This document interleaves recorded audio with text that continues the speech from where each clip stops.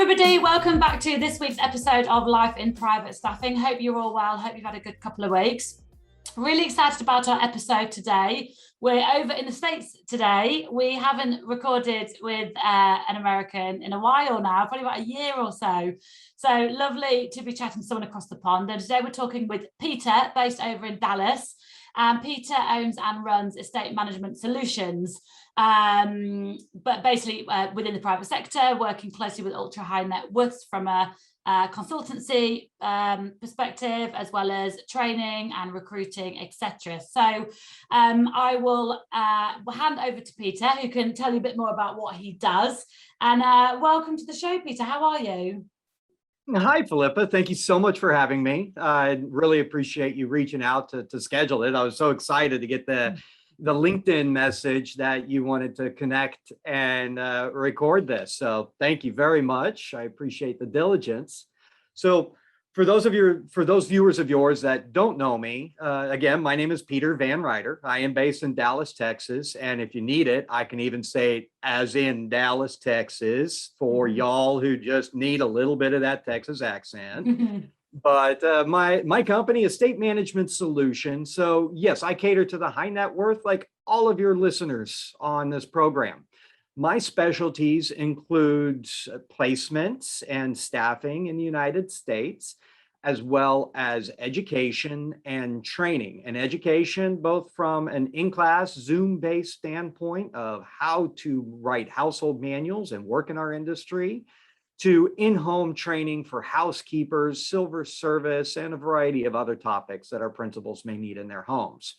But also, one of my most favorite things to do is help new private service professionals find their way into our industry. And even whether you're just coming into the industry or you've been in it for a while and you're kind of floundering, those are the people I like talking to. Nothing sets somebody's mind at ease more than knowing that there's someone else out there that has had the same struggles with you, and that can point you in the right direction to overcome those struggles. So that's me in a nutshell, Philippa.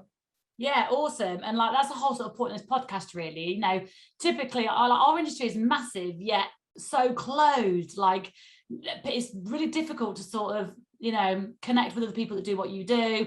Really difficult for people to learn about it, those thinking about getting into it. The amount of people that say to me, how do I get my first job? Because everybody requires experience. So those people, that's the whole point of this podcast, really, is to sort of help educate and sort of inspire others. So brilliant. We're going to have loads to talk about, basically. So tell us your story then. So how did you get into it initially, and what's your career look like?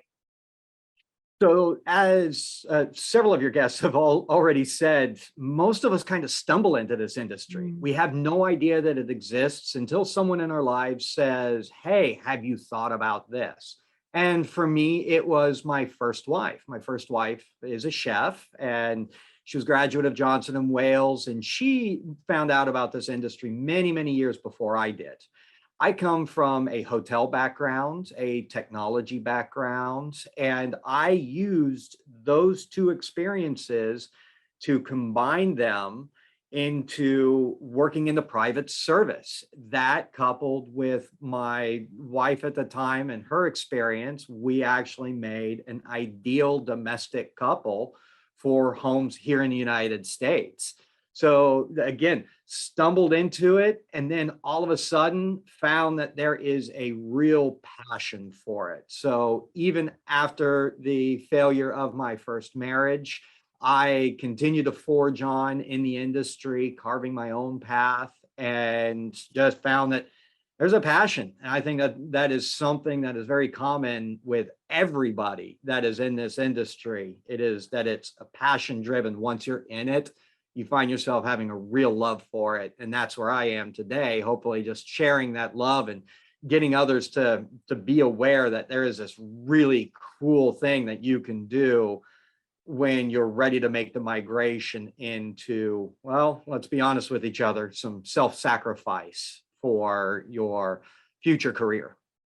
Yeah, I think if you haven't got that passion, you're going to really struggle when it comes to the compromises you have to make to be successful. You know, your world has to revolve around your principal's world, really. And that's fine when you're sort of young, free and single, when you start to build a life for yourself, build a family, raise a family. That's the struggle, but people do it because they love it and they like are committed to their family. And yeah, like you say, it's such a fantastic industry. And I think it's really nice for people to know it's there. But I don't know how it is over where you are, but where we are, typically people who work in hospitality here, I don't know if Brits see hospitality as a real sort of like thriving career. A lot of the people that sort of work in the hotels and the restaurants here, you know, I think people sort of view it as you sort of do it between jobs or whilst you're looking for your next move, or if you're non-English and you're living here. A lot of people, you know, we have a lot of foreigners that do it. I kind of want to scream at the youth of today to be like, take this waitressing job seriously, because you've got no idea where it can take you. You know, you don't have to be working in a restaurant for the rest of your life. You can move into the private sector and work all over the world. Like, it's such a good industry. It's such a different side to hospitality than what people think, but requires a lot of you. And if you're not passionate, it's just going to be too much, isn't it?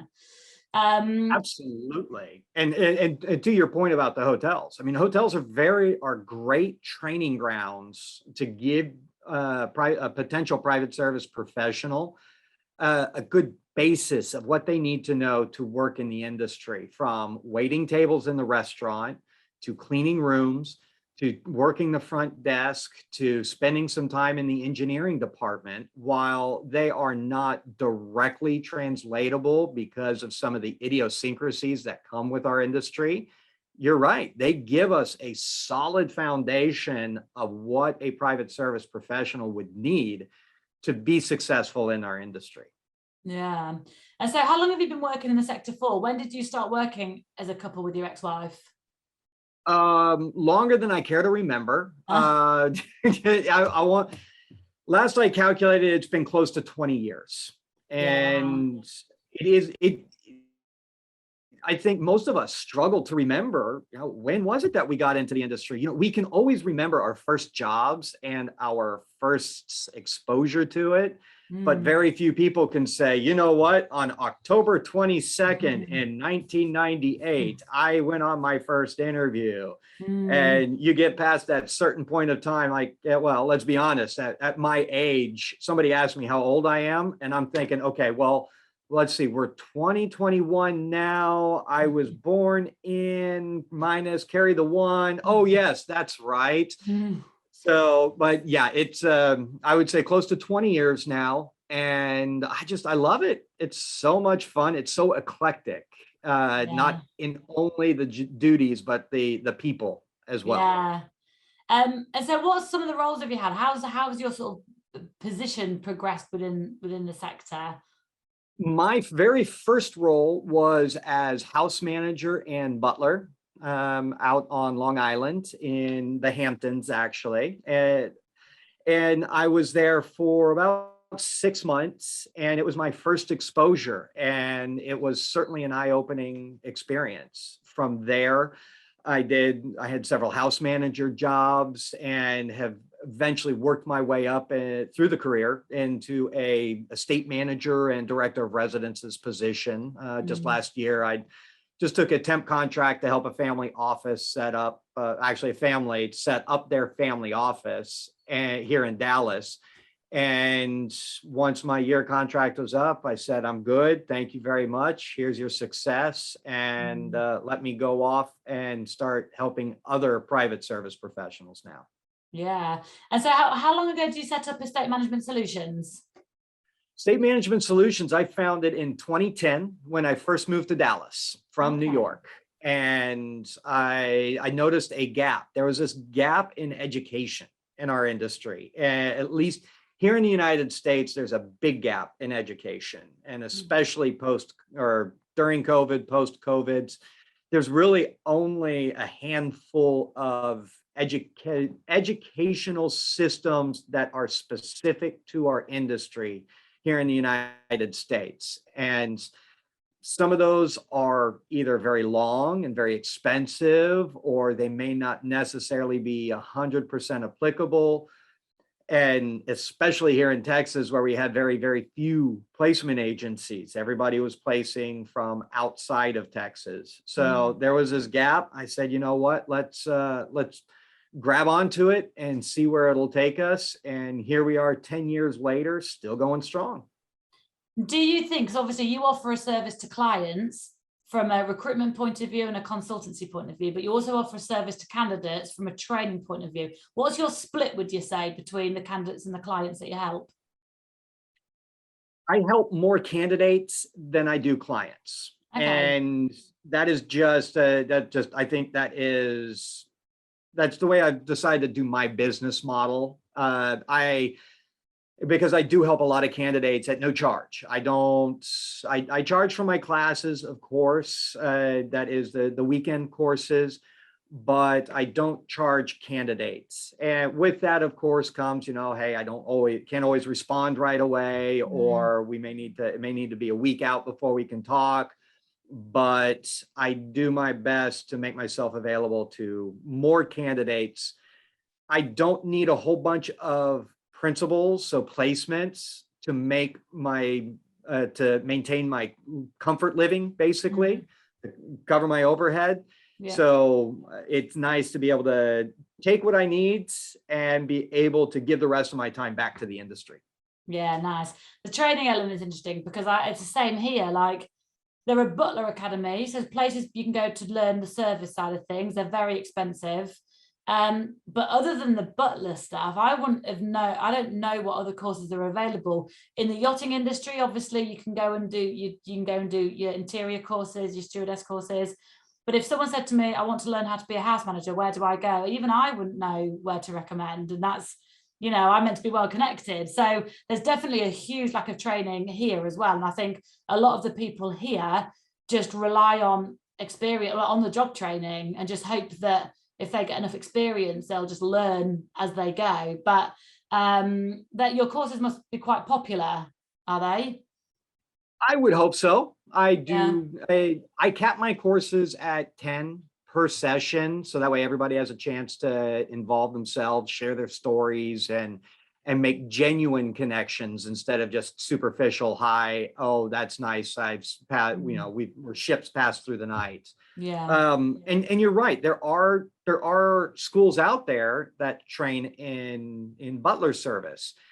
However, as far as my understanding goes, I've spoken with students coming out of several of these butler schools, and while they are absolutely wonderful, very few of them touch on the administrative components of being in the home.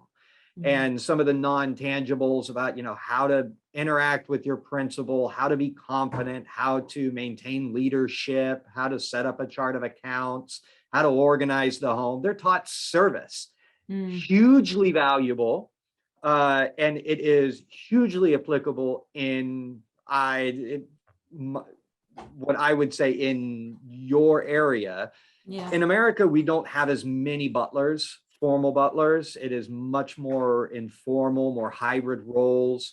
Most of the homes that have a formal butler in it here in the United States are going to be more of foreign nationals that have a home here and are used to that service abroad.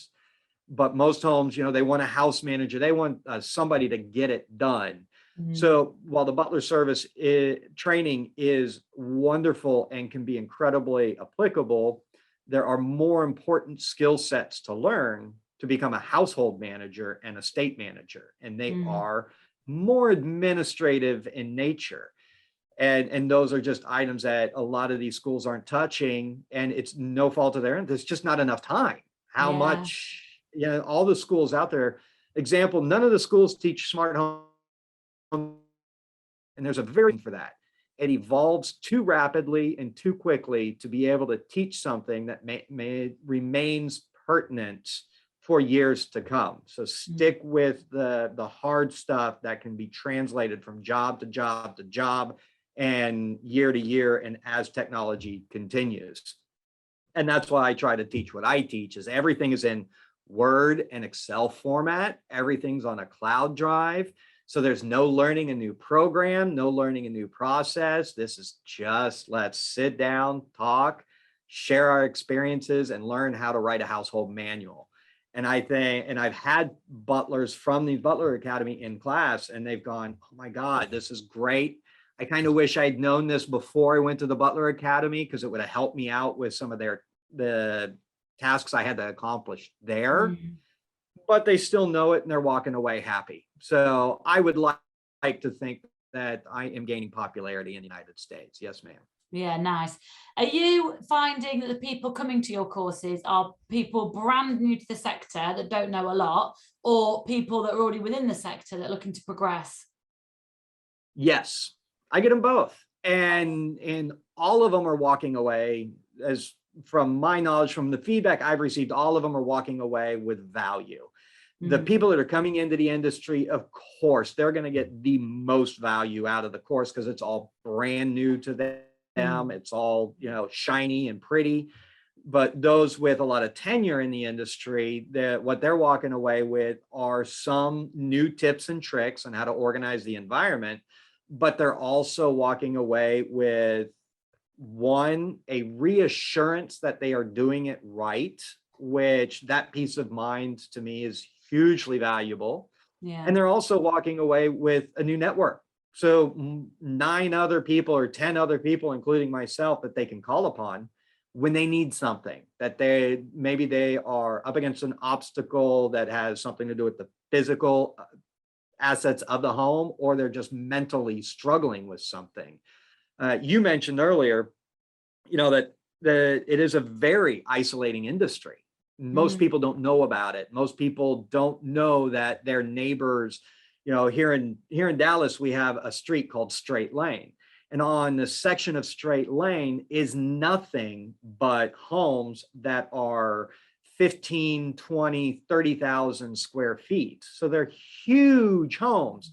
But one thing I can promise you is that one house manager does not know another house manager on that same street. So it's very isolating. And with isolation comes mental struggles. We're hearing all about these mental health struggles and mental health breaks that these athletes in the Olympics are taking. Well, you know what? Why can't we, as a private service, and if you're principal, then this is something that's always bugged me, is that when we had an association here in the United States a couple of years ago, I would have professionals tell me, I can't come to a meeting because my principals are afraid that I'm going to violate my non-disclosure agreement, or it makes my principals uncomfortable.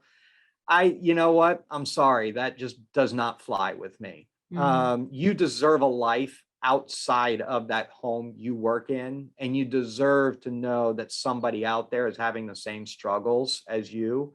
So even if your principals are sitting there, no, nobody, as long as you don't bring up your principals' names or anything personal about them or their home or their family, that's the point. Come share your experiences. I know every time I host a happy hour here in Dallas, I sometimes begrudgingly go because, like most of us, we're introverts by nature. So, I kind of like Zoom networks. I don't have to leave the house. I don't have to go anywhere. I don't have to interact.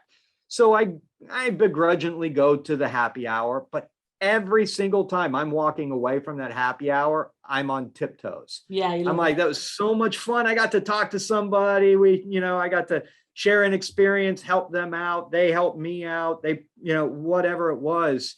So go connect with the people around you, connect with the professionals in your neighborhood, at your local pub, or, at a coffee house, just to know there's someone else out there.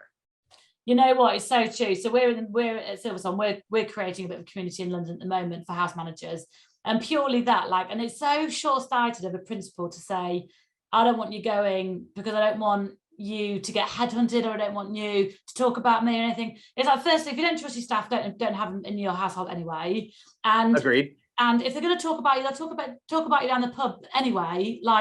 don't need an event to go talk about you. And it's so stupid. Like, we are stronger together than we are on our own. And so surely if there are like 10 house managers that all live near each other, surely if they're all in touch with each other, they will be able to support each other, and everybody will be able to be better at their job because they've got the support of their other house managers. And so surely a principal would think, well, actually, the better connected my house manager is, the better they're going to be at their job.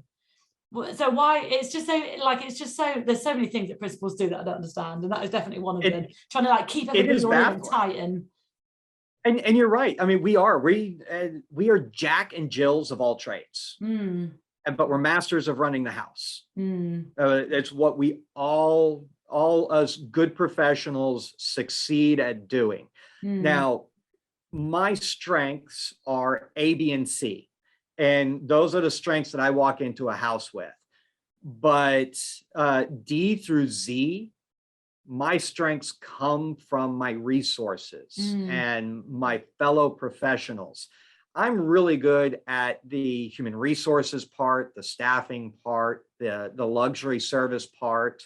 Where I have mediocre skill sets is my mechanics. So I know basic plumbing, basic engineering, basic HVAC, but nothing too over the top complicated. When I need help with something like that, I call my good friend David Barry, who is here in Dallas with me, who is, engineer level knowledge. I can say, David, I'm stuck on this. I can't figure this out. This air conditioning's not working. Okay, go here. Hey, tell you what, turn the camera on and show me the circuit board. Oh, I see what's going on. Okay, you need a new capacitor. Perfect. You know what? I'm calling my HVAC company. I say, I got this unit out, send me a capacitor, or send a tech out with a capacitor. And before you know it, the issue's resolved. So we become more valuable to our principals if they allow us to connect with other professionals. 100%.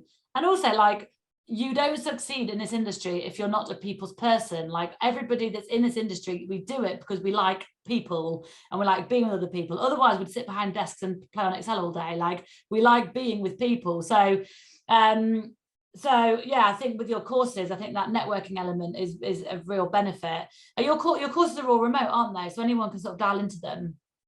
Yes. So I used to insist that they all be in person. And I was traveling to New York, Florida, California to offer Chicago to offer these courses in person.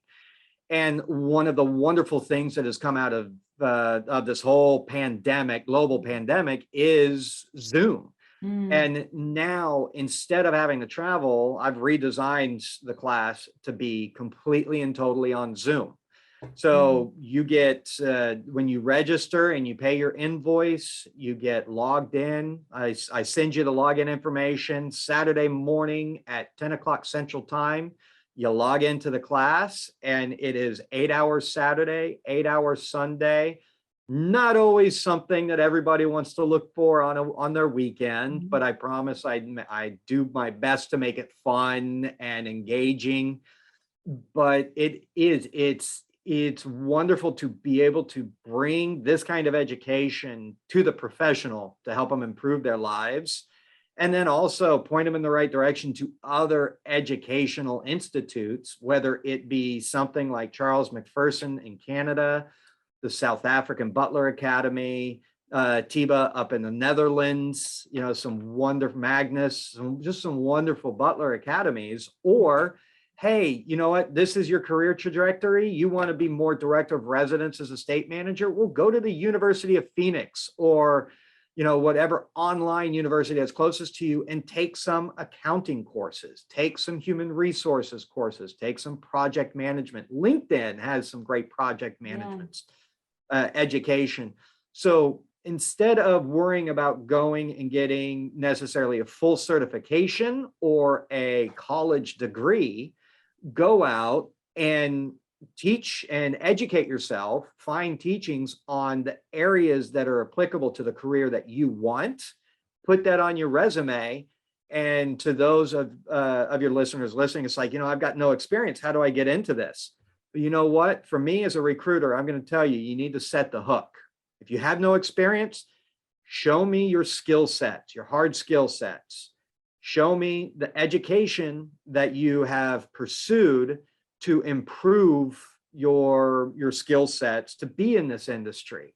Now, you've set the hook. I go down to your experience and I'm looking, okay, well, you don't have experience, well, but you've already set the hook. You've already got me interested. So now I want to talk to you, and we could probably find a way to overcome the lack of experience.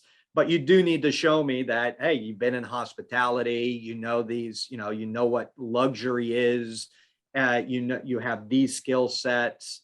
Then let's talk, let's see how we can get you into the industry. Because there is, one thing that I've noticed is that there is no one set of criteria that illustrates the perfect private service professional. There's no true background. There, hospitality and others, but they come from a variety of industries. But one thing that is true amongst them all is that they have a passion for service. They have a desire to please. If I'm being honest, there, maybe I'm a little psychologically damaged, that I do get that warm fuzzies when the principal calls. I do get the warm fuzzies when I've helped someone. And that is that trait that we look for of somebody going into private service. Do you think it's realistic for people stepping into this industry for the first time to try and go straight into the house manager position? Or do you think it's more realistic for people to sort of try and go in more of a junior role, house assistant, a service position, a housekeeper position, and work their way up? What would your advice be there? I would say get into any position you can get your foot through the door in. Because even if it's a failure, it could be a success, because it gives you something to learn from. And as long as you're keeping your placement agent completely apprised of what's going on with your struggles, they're going to be there to help you, at least the good agencies here in the United States. It's tough to find those junior roles sometimes, because the super large homes here in the United States may have junior roles. But a lot of the homes that we see here in the United States, it's like, okay, we have a house manager and then we have a couple of housekeepers. Not a whole lot of them have a house manager and an assistant house manager, or an estate manager and then an assistant estate manager. There's just not a lot of an overabundance of those roles. So I say, go and apply for every position that you think you can do. Eventually, one of those positions, one of those principals are going to say, you know what? I want to take a gamble on this person. And that's going to be the one that you'll be successful in. I know that you're a big believer of networking as well, but I think networking is so important when you're trying to get into it, because often it's not what you know, it's who you know, don't they say? They Definitely. say. And it's so true. And if you're trying to get into the industry, you could be gaining all the experience as you can, go and be working 5-star in a 5-star environment elsewhere. But you need to be basically fully immersing yourself within any environment that's got private service professionals in it, because all it'll take one day is somebody saying, we're looking for someone like you in our home, in the house that I work in. Let me introduce you to the principal. Yeah, he won't be interested in your CV because there's nothing on it.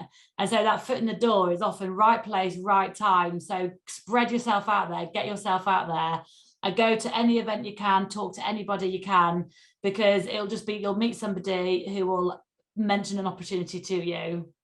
Do you find? One of the things we have here in Texas is it exemplifies what you were just saying. And that is one of the reasons why there's just not a ton of agencies in Texas, is because placement works a little bit differently here. Principals are more apt to go on to LinkedIn, Indeed, ZipRecruiter to find their professionals, rather than pay the 20% to an agency to source them. But what they also do is, while the private service professionals don't know who live next door, the owners of those homes know who their neighbors are, and also very connected to their neighbors. So if they need a housekeeper, they need a house manager, they're going to go next door and say, hey, Mr. Jones, does your house manager know someone's looking for a job? Does your house manager know of a housekeeper that's looking for a job? Do any of your housekeepers have a friend that's looking for a job? That's how a lot of jobs are found. And the only way to, to be a part of that is what you were saying. Network, show that you're available online on LinkedIn. Go to the Clubhouse talks that Latricia Friend and I are having about how to source private service jobs. Go to your group that you're cultivating in London. And even if you're the wallflower, people are still going to talk to you. You're getting your name out there. And then all of a sudden, just as you said, you know what, my principals, I'm getting so busy, the family's growing. The principals have finally agreed to let me get some help. You know what, I want to hire someone new to the industry because they're a blank slate and they have no preconceived notions about how it should be done. Why don't you come and work for me? I'll be your mentor for the next 6 months while we get these projects under, and then boom, you've got private service on your resume. Exactly. Yeah, I tell people that all the time. I don't know if it's a thing out with you, but another good way over in Europe, well, pre-Brexit, but was going to work in a ski chalet or a summer villa for a season, because you're in a private environment. You can go and do a ski season and work as a chef, looking after a family for the winter, and get yourself in that way. But yeah, it's like getting yourself out there and sort of meeting people. And ultimately, it's what we all love to do anyway. Like, especially post-COVID, having not been able to do it for 18 months, any opportunity now to sort of get out there and sort of meet people is great. So what if we were to sort of have a think about what some of your tips would be for someone looking for work right now in the sector? Like, let's talk about CVs first and foremost. How do you like CVs to look? Well, and this is a very American view on CVs or resumes. And one is, I want a photo. I want a photo on your resume. I want to know who I'm talking to. And so do the principals. And right, wrong, that's not what we're talking about here. I am just talking about preferences. Yeah. Whether it's right or wrong, that can be a discussion of another time. And I'm sure with all your listeners, very in-depth and a wide range of opinions. But a photo is one. I need to know the city and state that you're located in. Your phone number does me no good because phone numbers are so highly transferable these days. If you have an online profile like LinkedIn, put that bad boy on your resume. And all of that stuff should be at the very top. If you ask David Gonzalez, it should also, who owns estatejobs.com, amazing job board out there for the United States. And now actually just, I've seen a lot of British positions come available on that job board. He would say he also wants to know what the type of position that you're interested in: house manager, estate manager, valet, butler, housekeeper, yada, yada, yada. But then as we were talking, tell me what your skill sets are, your hard skill sets. Don't tell me that you're an excellent organizer. Don't tell me that you're a great communicator. Don't tell me that you're a consummate professional. To me, those are fluff words. I'm going to know if you can communicate, because I'm going to be talking to you back and forth via email. I'm going to evaluate it on your resume during our video intake. You're being evaluated the whole 9 yards. So, but tell me your hard skill sets. What smart home technologies do you have experience with? Not just smart home technology savvy, but Crestron, Lutron, Savant, Control4, Alexa, Nest. Tell me what you're comfortable with. Those chefs out there, this is the biggest thing recruiting for chefs.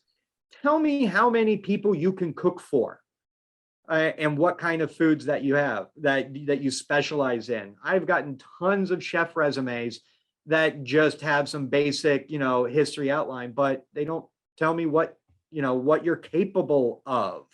Don't make me dig for that information. Put that stuff right at the top of your resume. So that way the first half page tells me everything I need to know to know if your skill sets marry with the client that I'm representing. That top of the page, that's important. Then you follow with your experience. If you have no experience, your education should be above it. So, put your weakest stuff down at the bottom so you can set that hook. So I can't speak to how CVs should look in England, but I know if you sent a resume or CV that had that kind of flow and format to it to an American recruiter, they're going to sit there and go, I know what this person is capable of. Here's the job. Instead of spend an hour, or not an hour, it's an exaggeration, but spend 60, 90 seconds reading through the whole thing. You know, I'm going to go with the easier one than something that I have to dig for any day, especially when I'm screening 50, 70, 100 resumes. I'm rapid firing those. I'm going through it quick. So tell me right off the bat what you got for me. Yeah, completely agree. Really clear, really concise, just not stressful either. Like some CVs are so stressful to look at. And like you say, like I just can't be bothered. It gives me a headache just looking at it. If I have to sit there and decipher where the next line begins or where the next job category begins, then you've lost me. As you said, I'm frustrated and annoyed. So formatting is hugely important. If you say that you've got a huge attention to detail, and then I look through your resume and I see a larger space between one paragraph than another paragraph, no, you don't have attention to detail because you missed something. Yeah. And that's what the principals are going to be looking at. What's your ideal CV length? I'm okay with 3 pages. You know what? The 2 pages are great. If you got to go to 3, wonderful. 1 page in our industry, I'm sorry, just doesn't cut it. I think the day of 1 day resumes are long in the past. I cannot speak professionally about this, but I believe so also for the corporate world, but that's a personal opinion, not a professional one. And it's because tenure with companies has gone from 20 years to 5 years. Yeah. So how can you express what you've done in the last 10, 15, 20 years on 1 page when you've had 3, 4, 5 jobs in that time? So, yeah, multiple pages, by all means, I welcome them. But of course, if you send me a 6-page resume, I don't know, I might have to go back to you and say, you might want to shorten this up a little bit. We talked about that in a previous episode where we've seen, 15, 16-page CVs with the fonts are big and loads of images, and it's all just a headache. And you know what? That's what online profiles are for. You want chefs out there, you need to have an online profile. Instead of sending 100 pictures or documents with pictures all over them, a quick web link to show what your food shots and your table setup shots. I think that's fantastic, and it reduces the needed information included to go to a principal. 1 click, they know everything you got. Yeah.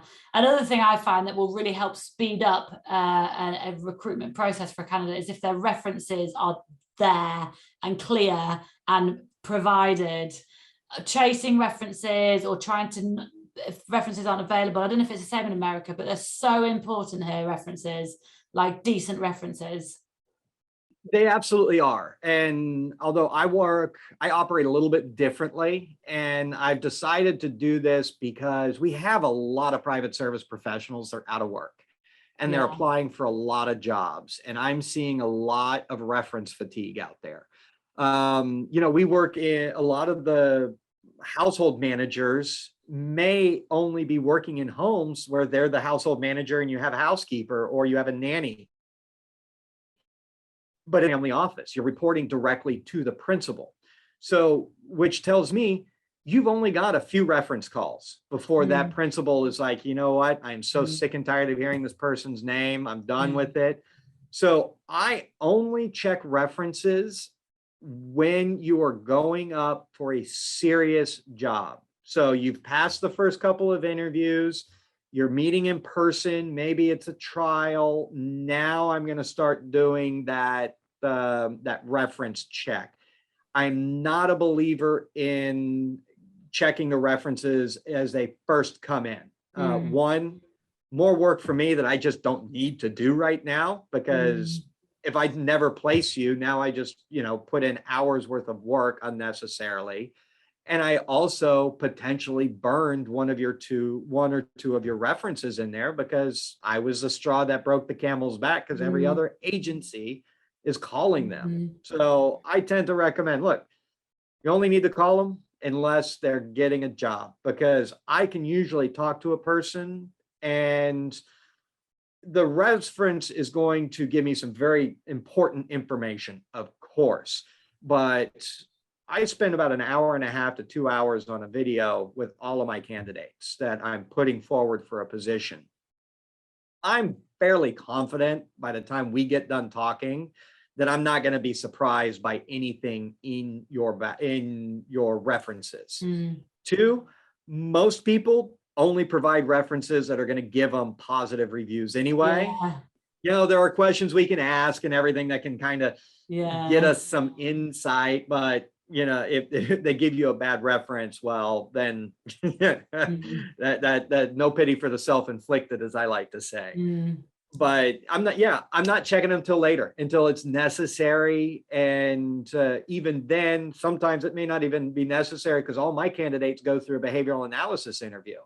So regardless of what the principal says, I may find out something about their past that is concerning for this particular principal. So I think that those methodologies can be far more effective than trying to track down references. And as you say, that can be a chore unto itself. Yeah, it's such a tricky one over here, because I completely agree with you. There's only so many times a principal wants to be called. But then a lot of the clients who are receiving candidates from an agency don't want to receive candidates whose references haven't been checked. We have a thing where we basically just advise everybody, when you leave your job, just get written references. Just get your principal to sign something, so you've got something written. And then us as an agency, we like to see written references, which basically just confirms that they were there and dates, really, sort of matches up. And then similar to you, we then call through and verify with the principal at the absolute final stage before a placement, where they're sort of guaranteed to get the job. But I also can't be asked to be calling everybody all the time, but it's a tricky one. Oh my God, we could literally talk forever. So much advice here, and so many sort of top tips there for candidates who are potentially looking for work. So to sort of try and wrap things up a little bit then. So you're based out in Dallas, but your courses are remote. Anyone can join them. Do you have international students, or do all your students tend to be American? So far, all my students have been American, and I think there may be a good reason for that. We have two very different industries, you and I, and it's the same, but also very, very different. I would definitely welcome the overseas students, of course, and then hopefully with their feedback, definitely make it more applicable to international homes. But again, what I talk about is definitely more hard skill sets and organizing the home. So I believe it can be applicable across the board, but that statement is born out of my own ignorance from just not knowing your market as well. And then, of course, there's always the time difference. It is from 10 to 6 Central Standard Time of the United States, which, of course, I think you're 6 or 7 hours difference from me, which means that you're going to be up until all hours. And the other reason why I haven't said, well, let's record it and make it available to everybody, is for the reason that we were talking about before: networking. Connecting with people, sitting there and pressing play and listening to me drone on is wonderful, and I think you could get some value out of it. But the weight of the world value comes from knowing other people on that class, talking off topic on the side, and really making connections in your local area. And I have had it where it's like, what? Hey, I know you're looking for a job. Give me a call this afternoon after class. I want to talk to you about something. And so, you see these connections happening, and it's so energizing and rewarding that I can't bring myself to offer it where self-paced or correspondence. Yeah, no, good for you. Good for you. Well, thank you so much for your time today. I think we've covered so much there, and really useful stuff for people on the lookout for work or potentially looking to do one of your courses. Definitely come and connect with you. So when we put this out, we'll be tagging you in all of our posts. So anybody who wants to come and connect and learn and talk to you, learn a little bit more about what you do. We have lots of listeners over in the States. Anyone that's interested in joining your courses would be really useful. If you're ever in London, come say hi for sure. I definitely will. Absolutely. Come meet some of the private industry professionals this side of the pond. And to everybody listening, thank you once again for coming and joining us. As always, please come follow us on socials. If you've got any questions, you can drop me an email at philippa@silverswanrecruitment.com or connect with me on LinkedIn. And then finally, if we can help you looking for work or help you find some staff, please come visit us at Silver Swan Recruitment. I will see you all in a couple of weeks. Thanks, everyone. Bye.